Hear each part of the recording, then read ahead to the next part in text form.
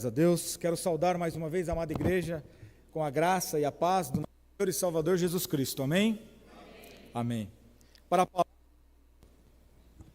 desta noite que o Senhor colocou no meu coração, eu convido a amada igreja a abrir a sua Bíblia no Salmo de número 37.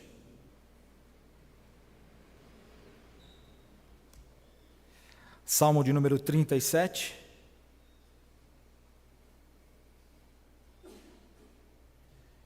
Farei a leitura dos 7 primeiros versículos.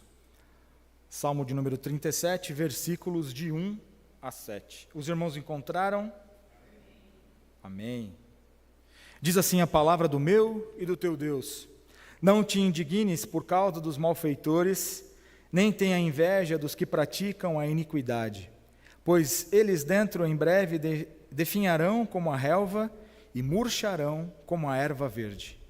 Confia no Senhor e faze o bem, habita na terra e alimenta-te da verdade.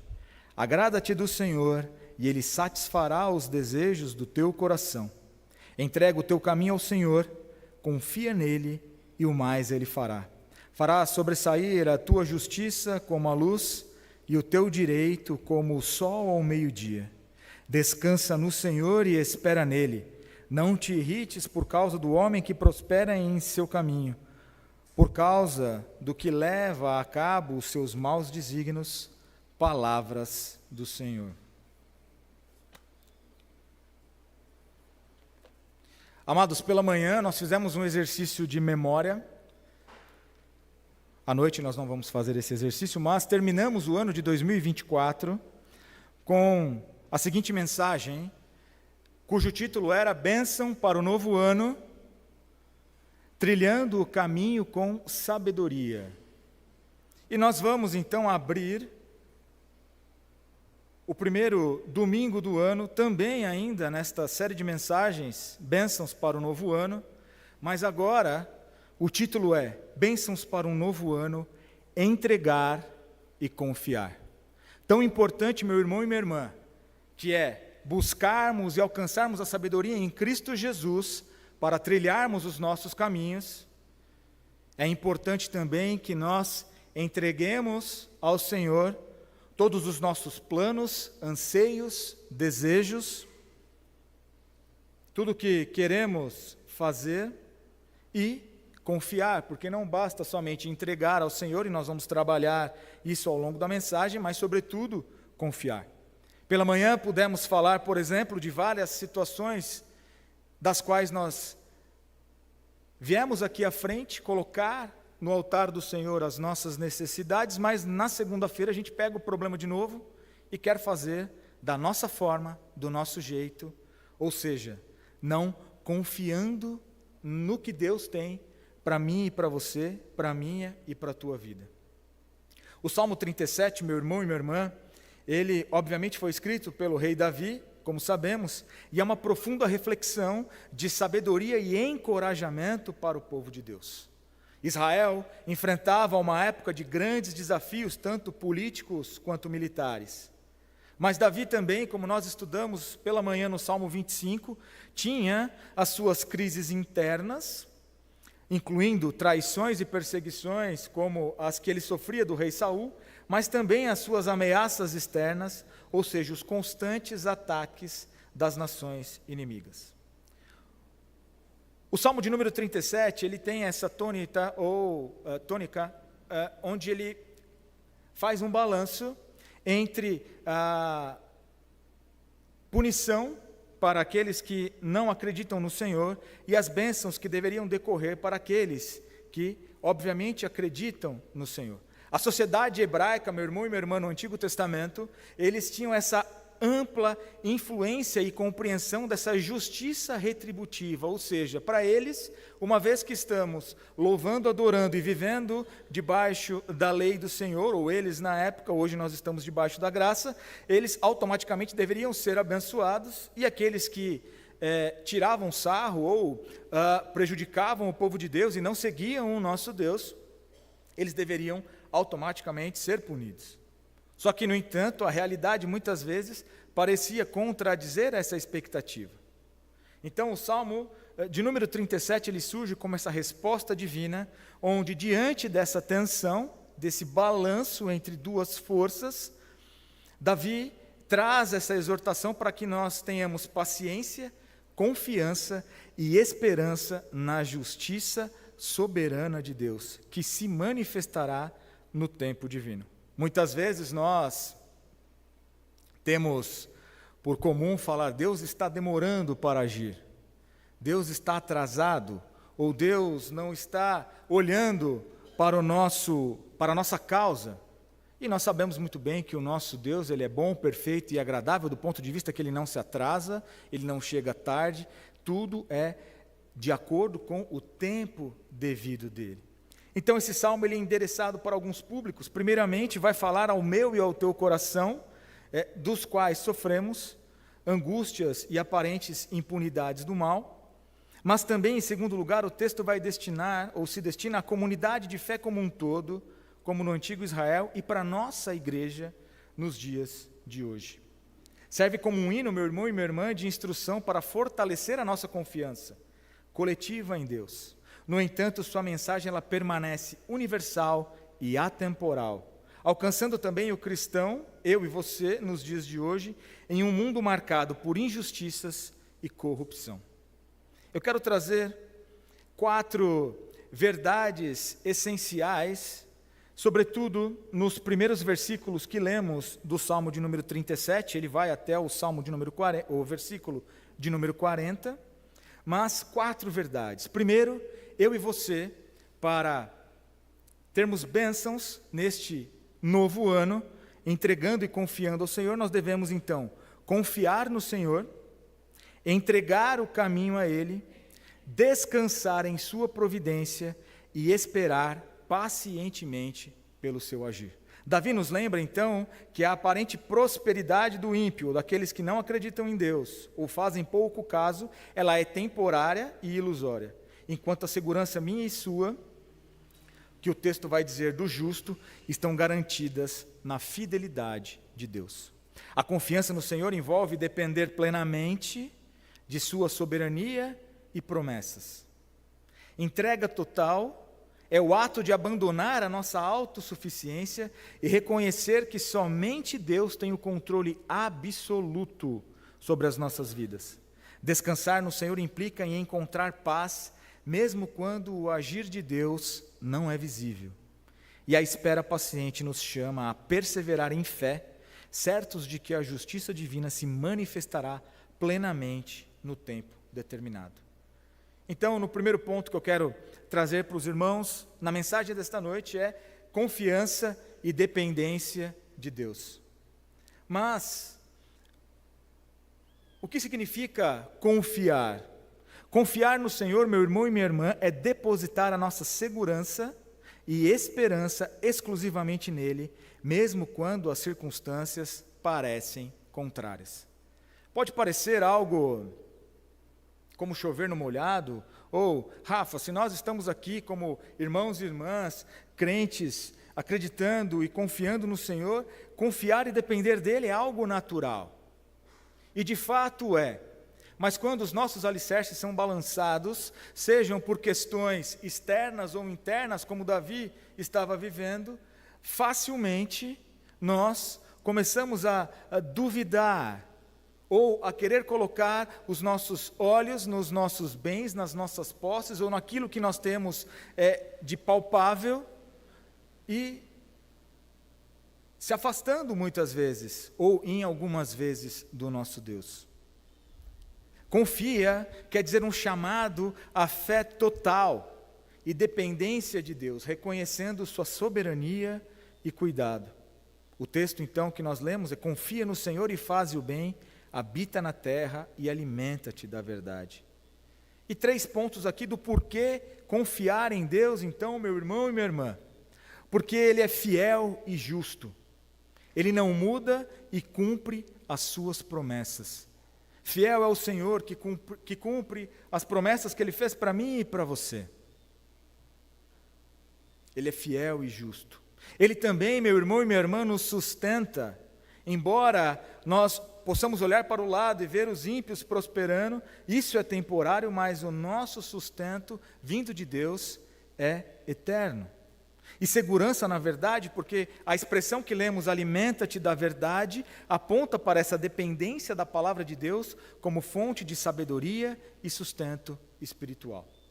Eu e você devemos constantemente nos alimentar da palavra de Deus, como Deus disse a Josué, por exemplo, medita de dia e de noite na palavra de Deus. Em outras frentes, em outros momentos, com outros heróis e heroínas da fé, o Senhor também orienta para que não se afaste dos olhos, como nós estudamos pela manhã no Salmo 25, Davi pedindo para que jamais se afaste dos seus olhos a palavra do Senhor. Eu e você, meu irmão e minha irmã, devemos ter esse desejo ardente, essa sede constante e essa fome de Deus no sentido de nos alimentarmos da palavra. Porque quanto mais nos alimentamos da palavra, mais conhecemos ao nosso Deus. E quanto mais conhecemos ao nosso Deus, mais confiamos e entregamos não só as nossas vidas, mas os nossos sonhos, planos e desejos para 2025, 26, 27, enquanto o Senhor soprar fôlego de vida nos nossos pulmões. Faz parte, então, de trilhar um caminho com sabedoria, entregar e confiar no Senhor. E aí duas perguntas para que os irmãos pensem e reflitam.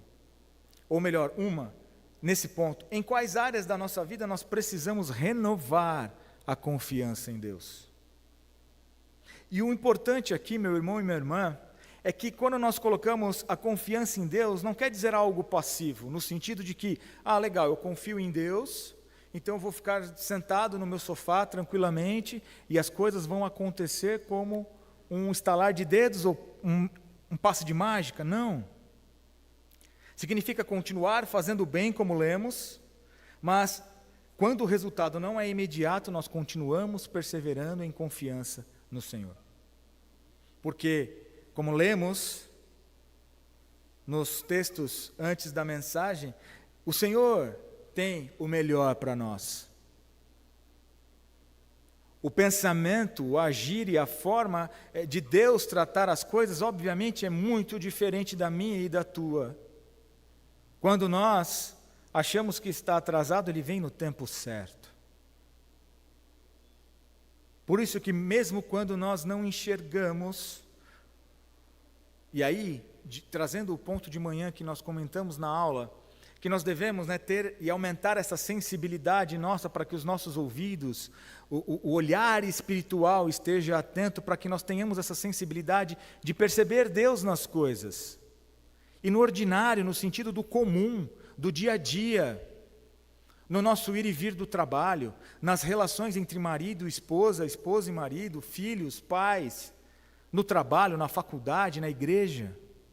É no dia a dia que o meu e o teu Deus se faz presente. É no dia a dia que Ele cuida da gente. Talvez, porque nós vemos no Antigo Testamento essas coisas, por exemplo, como Jacó que brigou com um anjo e saiu mancando, ou outras coisas no sentido de que foi um barulho diferente, ou uma forma diferente de Deus se comunicar, a gente acha que Deus só fala desta forma. Mas aquilo, meu irmão e minha irmã, que Deus quer que eu e você conheçamos, praticamos e, sobretudo, vivamos, estão escritos nas Sagradas Escrituras, de Gênesis a Apocalipse, do primeiro versículo até o último. Então, confiar em Deus não significa algo passivo, mas significa que sim, eu e você vamos continuar trabalhando, mas confiando nos caminhos do Senhor. Seguindo aqui, meu irmão, o versículo 5, peço que os irmãos volte os seus olhos então para o texto. Entrega o teu caminho ao Senhor, confia nele e o mais ele fará. Entrega aqui, Davi está convidando, ou Deus convida a nós a colocarmos o seu caminho e plano sob o controle de Deus. De certo que nesta virada de ano, como nós comentamos no último domingo, nós fizemos algumas listas daquilo que nós queremos fazer para o ano de 2025, que vão desde aprender um novo idioma, um novo curso, ou finalizar alguns projetos que estão em andamento. Alguns outros que fizemos em 2024, que nós não concluímos, ou quiçá começamos, e a gente já arrisca ou fala, não, dessa vez vai. Mas entregar o caminho aqui, então, é colocar todos os nossos planos sob o controle de Deus.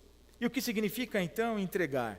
A palavra hebraica para entregar é galau, que significa rolar para fora de si. E olha aqui, eu peço que os irmãos atentem, meu irmão e minha irmã.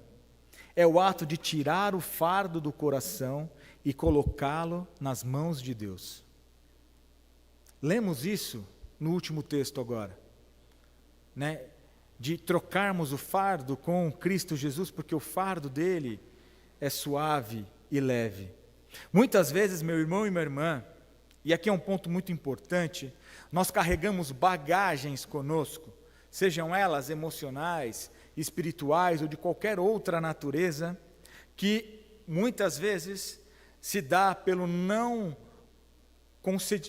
conceder o perdão, ou não nos libertarmos de certas coisas, que a mochila vai ficando pesada.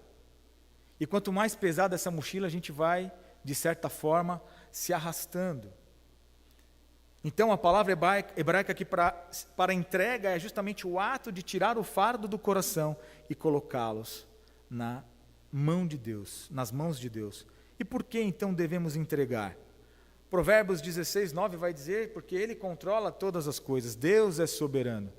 Ele sabe o que é melhor para mim e para você. Só que nós devemos estar com os nossos sentidos espirituais conectados para ouvir. Pela manhã nós falamos da questão de irmos de um ponto a outro, sem um mapa ou um GPS. Muitas vezes é difícil chegar no outro ponto, temos que parar, perguntar, né? Ou, como lembramos daquele Mapograph antigo, meu irmão não é tão antigo assim, mas ele sabia, ele dominava melhor do que eu isso aí. Até hoje ele sabe as ruas de cabeça, mas enfim, uma página que ia para outra, tinha gente que sabia dominar isso, outras não, e ficavam perdidas. Ainda mais em São Paulo, por exemplo, que você erra uma esquina, o retorno é daqui 3, 4 quarteirões. Nas nossas cidades ainda, na próxima ou 2 depois, dá para fazer o retorno. Hoje em dia temos a facilidade de, em muitos carros e veículos, termos ali o GPS, você coloca o endereço e é só seguir o mapa, só seguir as orientações. Devemos entregar porque Deus é o nosso GPS, o nosso mapa e controla o nosso destino no sentido de chegarmos aonde devemos chegar. Devemos entregar também porque Ele cuida de nós, meu irmão e minha irmã. Então, quando nós entregamos os nossos fardos ao Senhor, Ele promete agir, como nós lemos aqui no final do versículo, e o mais Ele fará. Lembrando de Mateus 6,33, quando Jesus, nos orienta a buscarmos primeiro o reino de Deus e a sua justiça, e as demais coisas vos serão acrescentadas, é que Deus sabe o que eu e você precisamos. E olha como é importante, Ele sabe do que nós precisamos, porque como um pai zeloso, nem sempre dá o que queremos, porque muitas vezes o que queremos pode dar em maus caminhos. Mas Ele dá aquilo que nós precisamos e aquilo que vai, no ponto 3, nos entregar ou trazer a liberdade. Entregar significa então confiar em Deus, porque Ele tem o melhor para nós, mesmo quando nós não compreendemos os caminhos. Nos traz liberdade, porque nós confiamos no nosso Deus e não em nós mesmos, não nas nossas posses, nos nossos bens ou nas amizades que temos.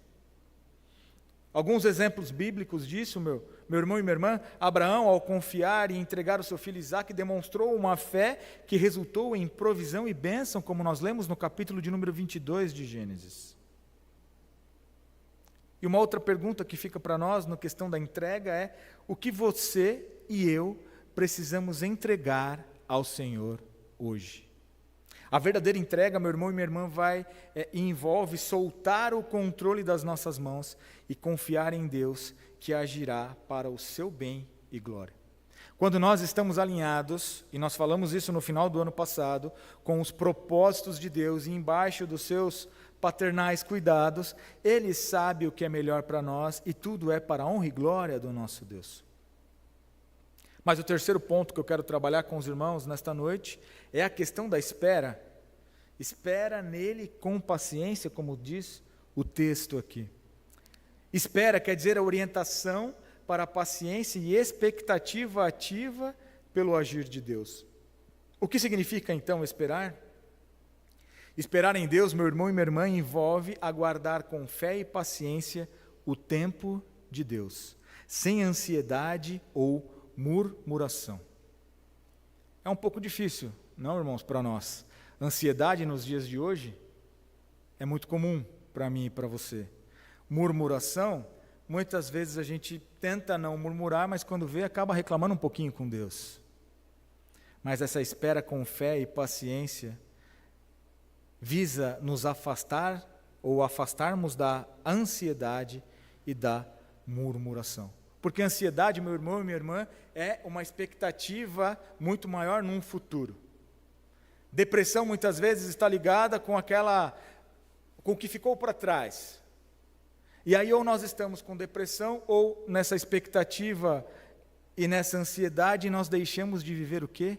O presente, o que Deus nos dá hoje, o que Deus nos entrega nas nossas mãos hoje, a nossa família, o nosso trabalho, a nossa casa, ou os ministérios que temos aqui na casa do Senhor. E por que devemos então esperar? Porque Deus é justo. No versículo 9, pois os malfeitores serão exterminados, mas os que esperam no Senhor herdarão a terra. Pela manhã nós pudemos falar, analisando o Salmo 25, de quão danoso foi, e nós temos muitos exemplos na Bíblia, de homens e mulheres que tentaram acelerar o seu destino e deram com a cara na parede, vamos dizer assim. Pudemos lembrar, por exemplo, de Saul, quando ofertou no altar, coisa que somente o profeta Samuel podia fazer. Ele falou, Samuel está demorando muito, deixa eu adiantar os trabalhos aqui.